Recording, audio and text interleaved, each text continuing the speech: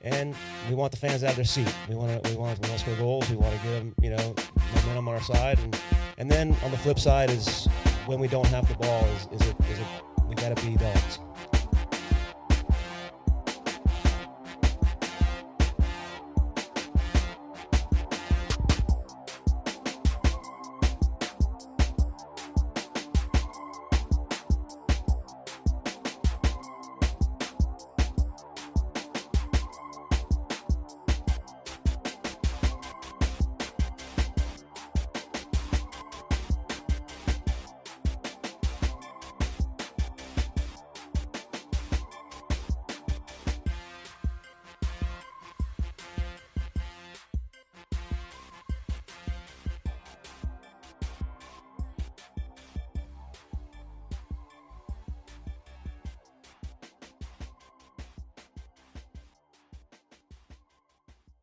But we're going to be fine. We just got to figure out. We got to really diagnose what happened tonight and why it happened, and have growth mindsets in a warrior-like mentality that we can bounce back and be a better version of ourselves next weekend.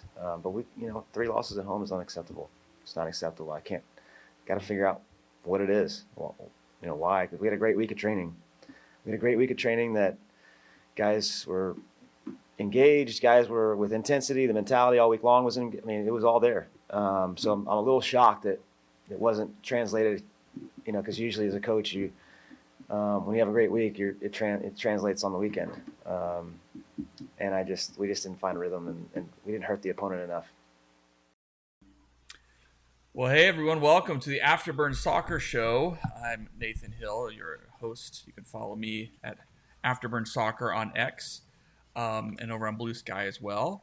And yeah, that was FC Dallas head coach Eric Quill, in a glum mood, to say the least. Not because he just filed his taxes, but because, as some of us are having to do, but because FC Dallas is a mess at home. And I think we're going to get into that tonight. We may even cue up that clip again. But I welcomed with our good friends Jose. You can follow him at El Chico Carmona on X. And also Colin Couvert at Mr. Couve on X. Good evening, gentlemen. But let's get right into it. And of course, if you're out there watching, we'll take your comments, your questions live. Just hit them up there in the YouTube chat, and they'll disrupt our thoughts, and we'll throw them up on the screen too. And they may make for a better conversation overall. But we're glad you're joining us this night, or joining us by listening to the audio version later on. But yeah, let's get right to it. Back home on Saturday, FC Dallas welcomed the reeling Seattle Sounders, who are full of injuries and just haven't looked good this season. And FC Dallas laid an egg, a big fat empty Easter egg, one of those broken plastic eggs that you find after the lawnmower runs over it after Easter, for those who have Easter egg hunts, and it's just a disappointment because there's no money, there's no gold in it, there's no chocolate even. Just a disappointing result where there just wasn't the energy, there wasn't. Mar Cin wants to jump in. Sure. Can you text him the link? Do you have the link? Sure. Jose. See what you can do. But yeah, it was just a miserable, a difficult game to watch. It was really boring, and yeah, it was choppy. Yes, Seattle clamped down on things once they got the lead, and the goal they got the lead from was just a poacher's kind of thing, that be in the right place at the right time. But that was all they needed. Yeah, let's just start there. Colin, were you there at the game on Saturday? Oh, I sadly was. What was your take on just the energy of the evening? Man, it was energy in the stands was normal. I mean, it was like I didn't know the game, but the field, it just felt like just something wasn't clicking. And Quill kind of said that, we got to figure out what is the problem here at home. And from an energy standpoint, I mean, it seems like the players just turn off, or they just seem lost, and they seem like, okay, what do we do in this situation? And that's got to, in my opinion, come down to Quill's tactics. I mean, playing without the ball, playing quick, playing basically on the counter like he wants to play works on the road because you're not going to get possession from many teams in this league at home. You're not, or on the road. I mean, you're not going to get possession. So being able to play quick and on the counter and being able to play without the ball works. But whenever you're playing at home, you got to be able to play with the ball because again, not many teams are coming out on the road. Every team's going to say that they're going to come out to win, right? But no team's going to sit here and be like, no, we're playing for a draw tonight and just trying not to lose. Unless it's like a playoff game where they maybe like an Arsenal versus Real Madrid situation this week. You're up 3-0, just park the bus for 90 minutes and pray you get out of there with only 2 goals conceded. But it's one of those things where it's like, you're playing at home in MLS, which is a home-dominated league. Yes, you get in the playoffs most of the time, and you're an elite team by your road results. But if you can't pick up the points at home, then what difference does it make picking up the points on the road? It makes no difference. So, I mean, it pissed me off, not only watching us lose to Seattle, but in the fashion that we did. 2 games that we've lost, 1-0 deficits to Vancouver and Seattle. We had a combined shots on target of 0. 0 shots on target. We have 8 shots on target at home in total this year, spanning over 4 games, 2 of which we have no shots on target. We had 2 on target for Kansas City, and we scored both. You can't keep doing that at home or away and expect results like we have been getting and fortunate to get in those situations. Something has to change. I don't know what. I have a good couple of guesses, but I'm not there day in, day out like Quill is, and Quill has to figure out the answer for that. Welcome, Mar Cin. Breaking Thank you. the fourth wall, so to speak. But we're just Yes. looking back at that FC Dallas loss at home to Seattle. Jose, what did you see? I saw us flat again. I mean, part of me wants to blame the injuries and everything on a loss, but it doesn't matter. I mean, it's a trend now. Another home match, another flat performance, very little fight, getting basically outplayed by a Seattle team that is struggling and who has injuries themselves. So it's just disappointing. I think some of it has to do with the tactics and formations. Quill isn't getting the tactics right, and the formations that he's rolling out sometimes are a little questionable. Like what is he running? What we're trying to figure out. What exactly he's trying to achieve, and apparently the players are too, because it just there's a lot of confusion out there. Um, I maybe he's overthinking it. Maybe he simplifies it on the road, and the team plays hard, and then maybe he just you know uh, throws too much at them, and then they just you know get their wires crossed, and they just for whatever reason it's not a coincidence now. It's what 4 games at home, and they've been flat every single time. So at least they haven't looked with any of the fight that they've shown on the road. I mean, even on the road they've struggled, but they've shown bite for stretches. Here at home they haven't done that. Hey, Chris, thanks for the comment. Yeah, the midfield for Dallas has been atrocious. Not that the offense has been much better. And you mentioned the injuries, Sebastian Letjet. I mean, who knew we'd miss him as much as we did in this one? But you can't mark it up to his. May I shine in for a second? Yes, go ahead, Mar Cin. You know. Bring us your perspective from the Rocky Mountain State. Hey, there you go. Your guys' team looks really well. It does look really well. You guys are failing, like I said before, on the defense. You guys are choking on that. But now, the more I watch your team, and I watch it with Jose, obviously every Saturday and whatever not. I'm at this point in time, I'm gonna have to be honest with y'all, and this is just a out of the box perspective. I think it's gonna be more coaching because you guys have good players, very good players, and you guys can be there. Like if I can see you guys in the MLS playoffs, I mean, let's send it. But I think at this point in time, we gotta flip the bed and kind of look at coaching. Yeah, I agree. I think at times our manager's looking like a rookie manager, especially at home, which is just odd. That it's terrible. We did look terrible. So I Badass, can't. We did look terrible, so badass I on can't really. y'all, badass on y'all, and getting all the away games and stuff like that. But like losing at home, like that's just Not sad. acceptable. Yeah, it's not acceptable, especially since he's already said it. You know what? Several home appearances away. This is not going to happen again, and And here it it's is. happening again. Here it is. Yeah, I think we're all wondering. In any league, teams have off nights.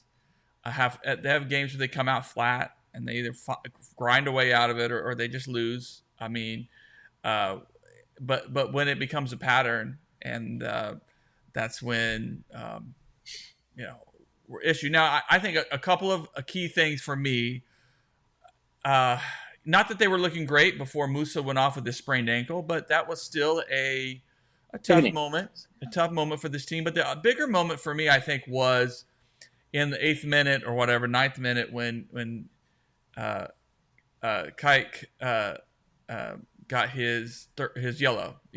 3 quick fouls and a yellow. I thought the ref was probably a little harsh on that, but some of his, he was aggressive with his fouls, and I think I was hoping that he would have a really strong game and really be that thing that the back line needed, that presence, that defensive presence, and that physical presence to win balls and get things going, which we'd seen him do before in substitute appearances. But then he was running against tired legs, and this one, I think his eagerness, maybe it just dampened the mood for this team, that maybe because I just don't see. I think Ramiro is a fine defensive midfielder, it looks like, but he's also a little bit older. Maybe he doesn't have the same physical presence that Kike has.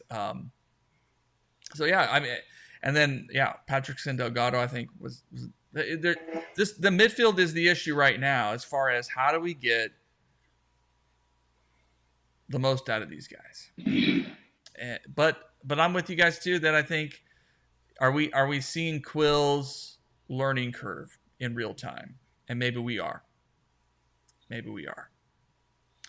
I just want to say, in Kike's defense, he's not a like for like replacement for Leggett. You got a veteran, savvy, 8, and then you replace him with a talented but inexperienced 6.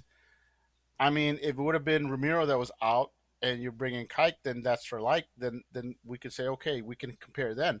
But you had 2 6s out there, so you maybe should have played a different formation, because you have 2 6s out there. You're playing a formation that just doesn't make sense for the players you have out there with those 2 and Delgado.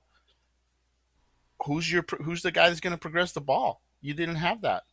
It's just, and obviously it reflected in the game. You had very little progression of the ball. I mean, you had like 1 shot on target the entire match. I mean, I'm excited that Kike played. I can't really hold it against him that who's basically asked to play higher, as an 8 instead of a 6, and in a formation. Okay. No. Okay. So now I'm getting frustrated.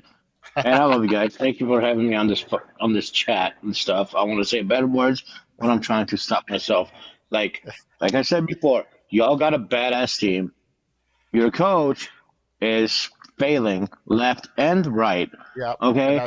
Y'all guys had opportunities left and right, this way, this, that, the other, whatever the hell it might be. And I am actually glad to be on this channel right now talking with you guys, because you actually get an outside perspective of a different fan base, different team, however you want to call it and stuff like that, and to point out. So, no, this whole thing where homeboy got hurt or this, that, the other, no. You guys had your stuff. You have a badass team. Start looking at coaching. Yeah, well, that's just that. Those it's early in any rookie coach. You got to give him time to get to figure it out. And I'm not defending. I'm not blaming it on injuries. I'm just saying he got the formation wrong with the players he put out there. The formation he ran with the players he had out there didn't make any sense to me at all. And it apparently didn't make any sense to the players either because, Okay, like I said, fine. So I'm going to say it like that. How the hell, and I'm going to cut you off, and I apologize for that because it's just, yet again, frustration. How the hell did y'all so good playing the Rapids? You know what I mean? Y'all did bad ass, and we already had this conversation. But well, it's yeah, like, it seems like after that, y'all guys just and I think that's our frustration. nothing. Is our frustration is the team is playing really, really well on the road, and then they come home and we see none of that. The thing So is that I'm frustrated at your team. I am frustrated at your team, even though they're my enemies, and I watch them every Saturday, and I am frustrated at them because they he's can do cheering for us so to much beat some better. teams that we should beat, and we're not doing it. And I think we're on the same boat on that. It's like, hey, Man, like you said, how do you play really well against some really top teams on the road, and then come home and play some bad teams? And I mean, even y'all, the oh, never y'all were mind. scaring the shit out. Y'all were scaring the shit out of me because it's like Rapids number 4, FC Dallas number 5, FC Dallas number 3, or whatever the hell, and it's back and forth, back and forth. And I'm like, oh shit. You know Well, what I mean? Like, y'all got a good damn team. Like, let's get it. right now. Yeah. Yeah. Chris, thank you for that question. I mean, I think this team is talented. You know, we got some good pieces that I think other teams would be interested in. But yeah. Is there a bit of a hole at left wing? Yeah, it's not there yet. We don't have a clear out and out starter there yet. Nolan Norris was getting his start at left back. I think he did pretty well. But like, yeah, he's a young guy still growing into that role, and we didn't have a backup. I mean, probably. Colin, I'd love to hear your thoughts on this, but it was so bad on the broadcast when they did bring Nolan out. He had a yellow card. He's probably getting gassed. And Siki, go run over there for a little bit, but then run upfield. And then, it was like, what's the plan here, guys? Like, and Seattle was just like, oh, we'll go there. We'll go to that space. I mean, it was just like Seattle's a veteran team, well coached. They're going to know how to exploit. If there's one thing we know about Seattle is that they know how to grind out a win. I mean, if nothing else, if they can get that goal off a set piece, they're happy. That. But yeah, it was just bizarre. There were questions, and granted, maybe Quill's hands are tied in some ways. But Colin, what did you think about that late in the game? Oh my god, it was god awful. It was terrible. Again, like I agree with Mar Cin. The coaching definitely is an issue. I also think while we have a talented roster, a lot of these players, it's their first year even in MLS, let alone first year in Dallas with a new head coach, with a bunch of new pieces all together.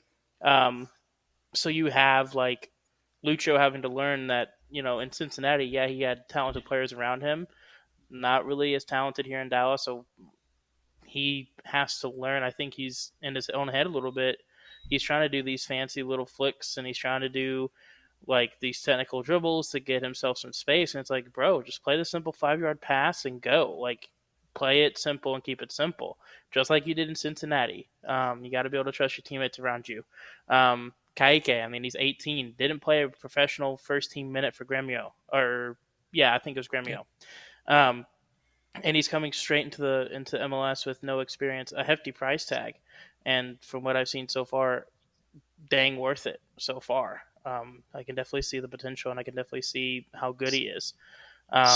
You have Nolan Norris, who has not played left back in MLS. He's been playing DM, and then I think he played center back in the Open Cup game last season or a couple seasons ago. Like, we have all these players which are talented, but how can you get them to gel together? And I think it goes back to my point again. Like, we're built to play without the ball.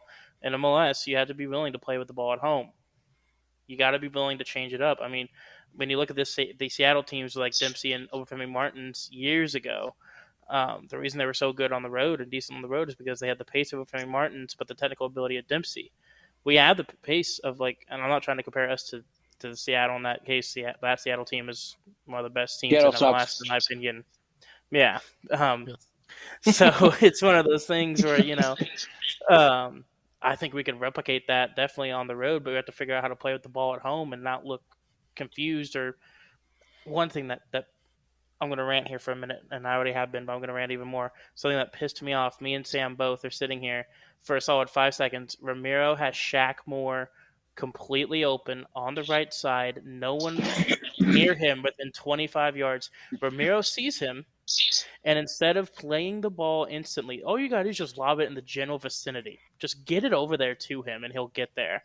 Shaq is not slow by any means. And again, you have 25 to 30 yards of space, he'll get there. But instead, he decided to try and beat the man on the dribble in front of him.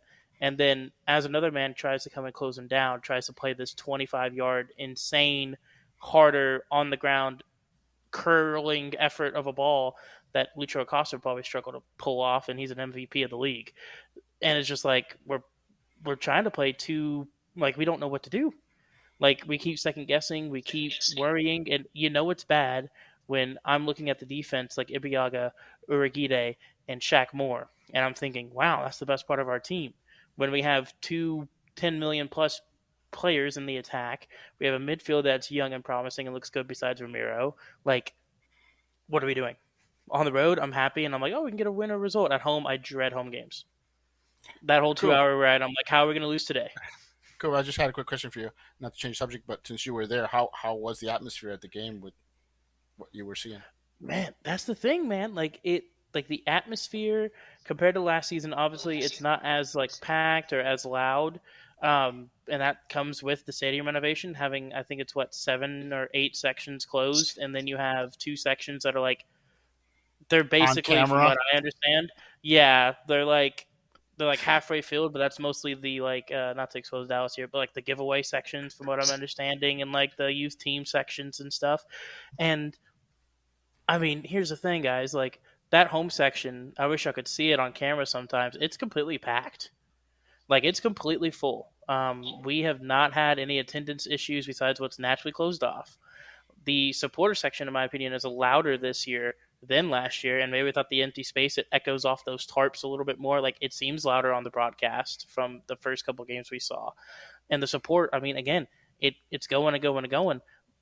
It's literally, compared to last year, I would say everything but the play on the field at home is better.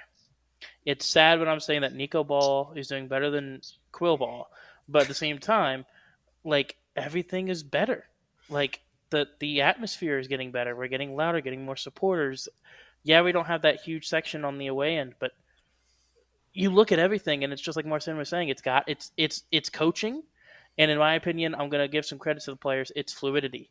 We got to think these are guys. We didn't have Show healthy until 2 weeks ago.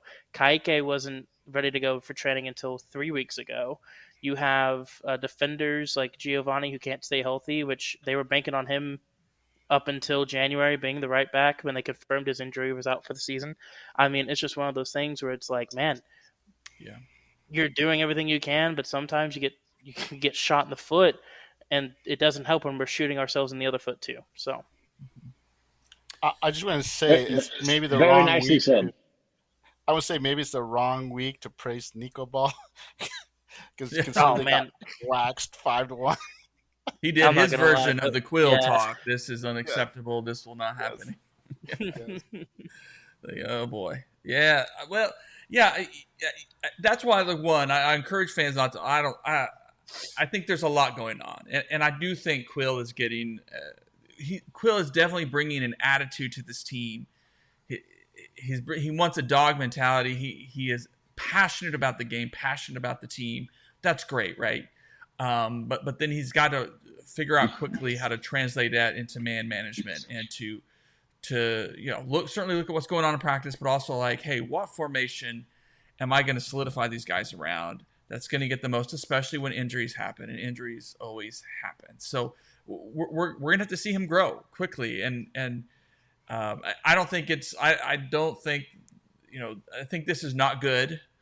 But I think he understands it too. So he has some room to grow, and we'll see. We'll see over the next couple of months here, if there's room to grow. But yeah, we also have injuries. We still have guys like Show. It's a good point. He finally got his first minutes of the year.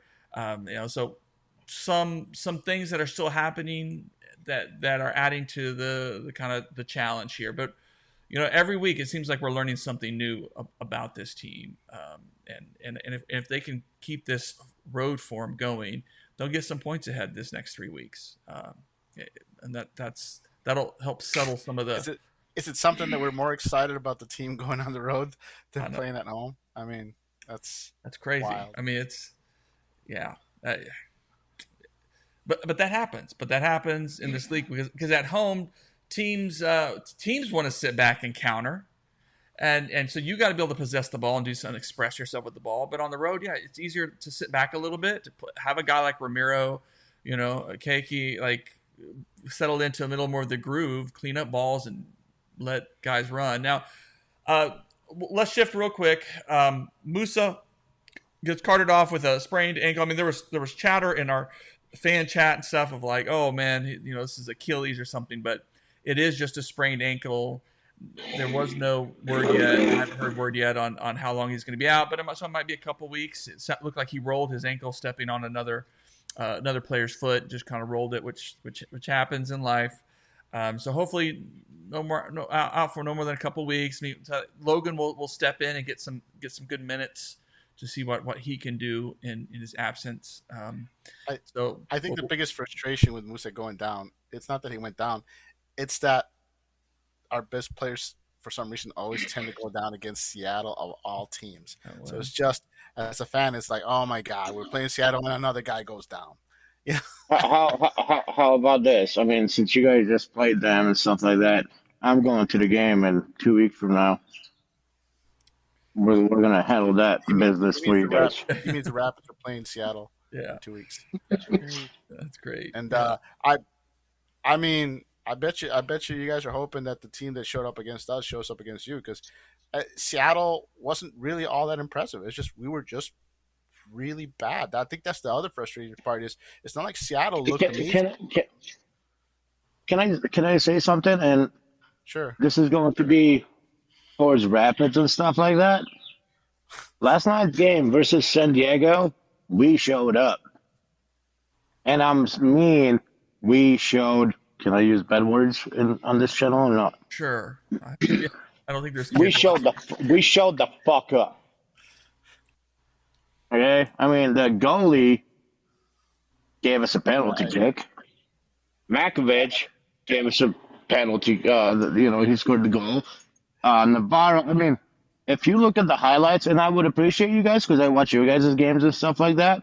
If you want to just go on YouTube and watch the highlights of the game from last night for me, do it for me. You know what I mean? You're gonna be like, holy shit. And even though we did win 3-2, and second half got extended by 6 minutes. I mean, my cheeks were never as tight as last night or on Saturday night. You know what I mean? Like I was puckered.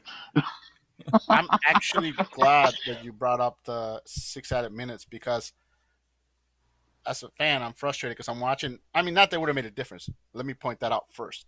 But watching like the San Diego Rapids game, this guy over here they're past 6 minutes. He's like, "Come on, Rev, the 6 minutes are already passed. Blow the damn whistle." In Dallas, Seattle's dropping all over the place. They're stalling like crazy, and the 6 minute comes and the guy blows the whistle, and I was like, "Oh my lord!" Musovsky literally went down, and he sat there for a solid minute and a half before the 90th minutes even came up. Yeah. He gets up and takes 3 steps without limping, nothing. As soon as whoever went down in the opposing box, it was on this side of the field and had everyone clustered. I couldn't see who it was. He then is getting told by medical staff who are in our technical area to go back down. The fourth official's literally telling him, hey, you can't do that. You can't tell him to. He has to come off for the 2 minutes unless he subs. And then Musovsky takes a little hobble and acts like Paz hit him because Paz is right next to him. Yeah. Literally looks at him and falls back over. Like, dog, Seattle is one of But the scummiest, rattiest teams when it comes to time wasting, and I'm tired of it, dog. Like yeah, I don't like to say conspiracies, and I don't like to say MLS favorites teams, dog. When you look at LAFC, Seattle, you look at even Cincinnati or Columbus, these teams that are the MLS Golden Child, Miami, these players can do whatever the hell they want to do, and they can get away with it. I, It is I, disgusting, and I'm tired of it. you'll get to see that in person in 2 weeks, Marcin.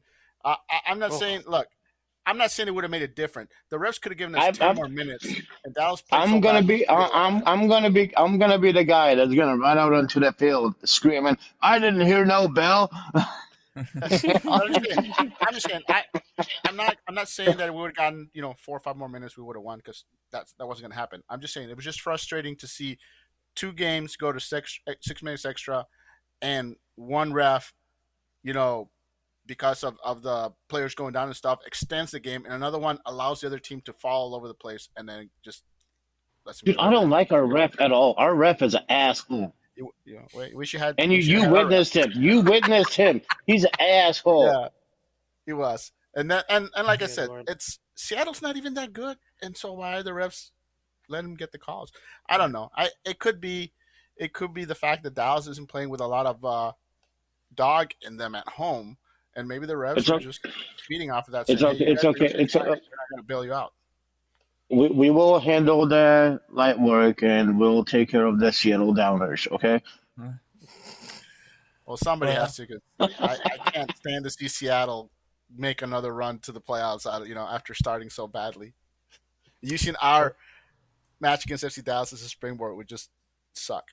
Yeah, I'll be driving down to San Diego to see FC Dallas play San Diego in a few weeks, and I'm looking forward to that because I think San Diego has been my big surprise team, a really good team, and because it feels like they don't have enough talent yet, but they've been very thoughtfully put together, and I think Mikey Varas, former FC Dallas coach, is doing great work with them. Yeah, they have in theory the same issues that we should have. Solid starting 11, not very deep, rookie coach. The difference is they're feeding off of that, and they're pulling the best out of their players, and Quill needs to get that under control. Yeah. Needs to figure that out.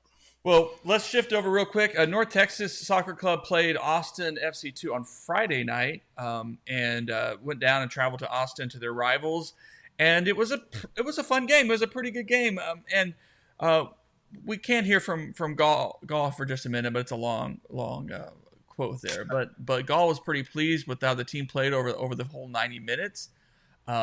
Just were able to Austin was able to do enough to keep North Texas out until Ian Charles, the academy signing, one of their defensive prospects, was able to get a header to tie it up late on. First goal of the year too, I believe. Yeah, and they were able to go into penalty kicks and keep that intensity up. Antonio Carrera, who we thought was going to be the next great phenom keeper, but has sort of disappeared a bit here and there, trying to figure out his next level, but played well in this one, I think, and really came up big in the PK shootout. So a good performance from North Texas as that young side continues to find points on the road. I want to say I don't think Carrera's faded. I just think you saw the difference that getting regular game experience Sure. has on a goalkeeper, where Colautti has, even though he wasn't with us, he was getting regular minutes in college, then regular minutes in North Texas, and you see how that gives him confidence, and he looks like a true professional when he's out there. And Carrera still looks like a young player who needs minutes and needs to. I mean, he's got all the raw talent and skills. He's just really green and needs more playing time.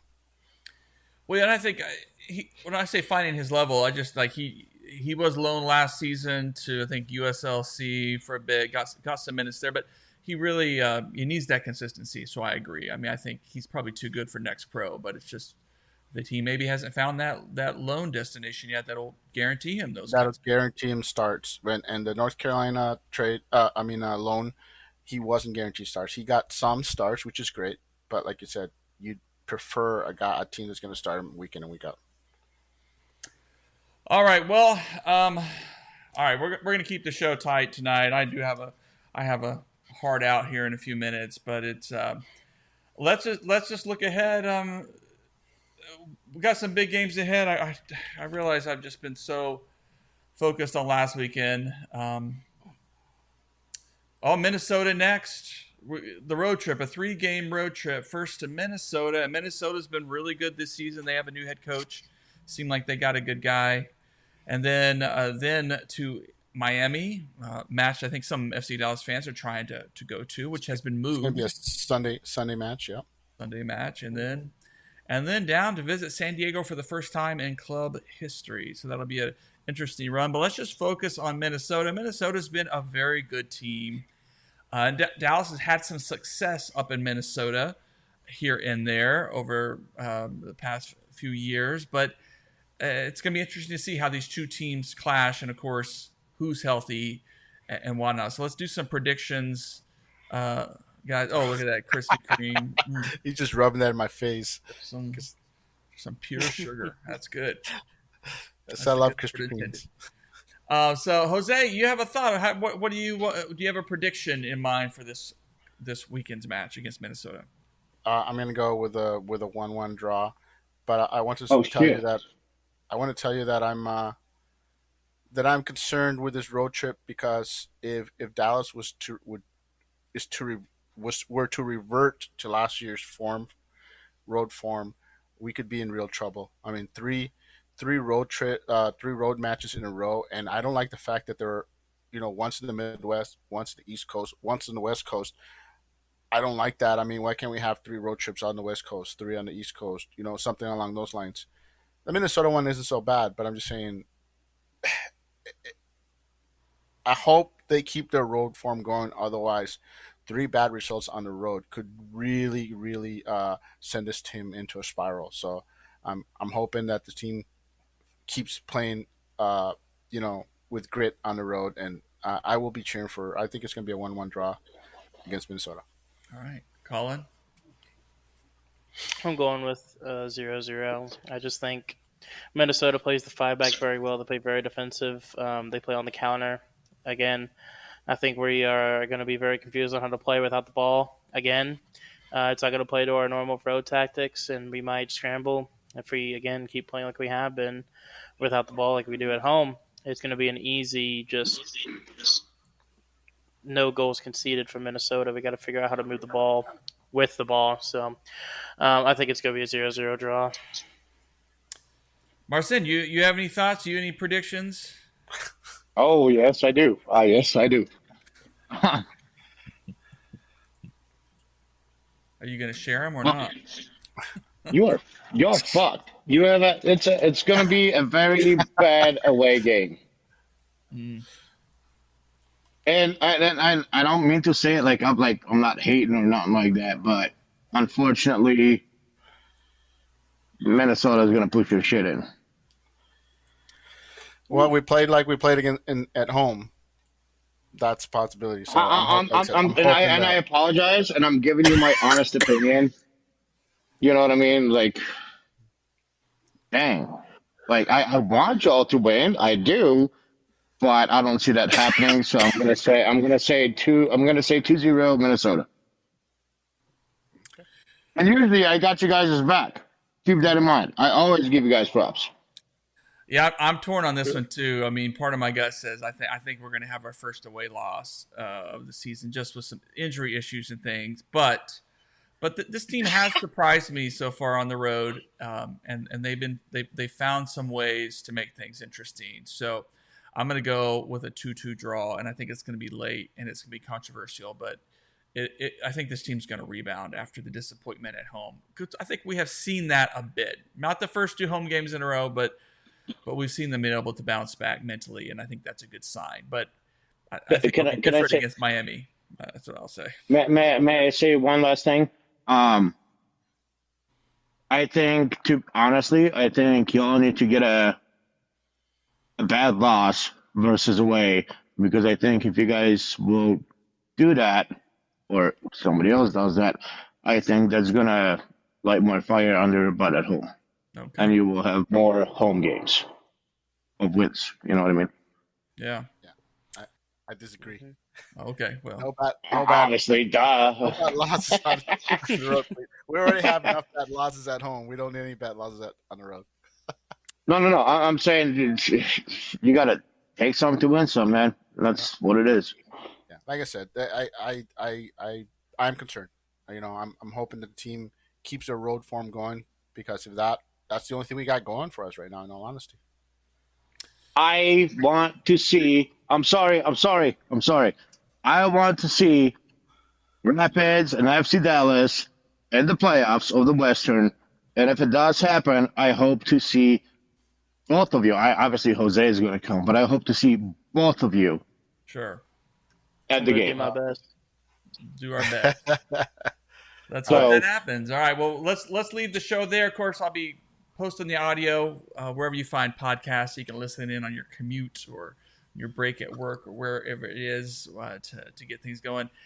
A tough weekend for FC Dallas, but hey, it's going to be a long season ahead. A lot to figure out. And Colorado's going down to Houston, right? Yes, Colorado is going to be playing the Dynamos here this coming Saturday, and then Sounders after that. Yeah. Downers.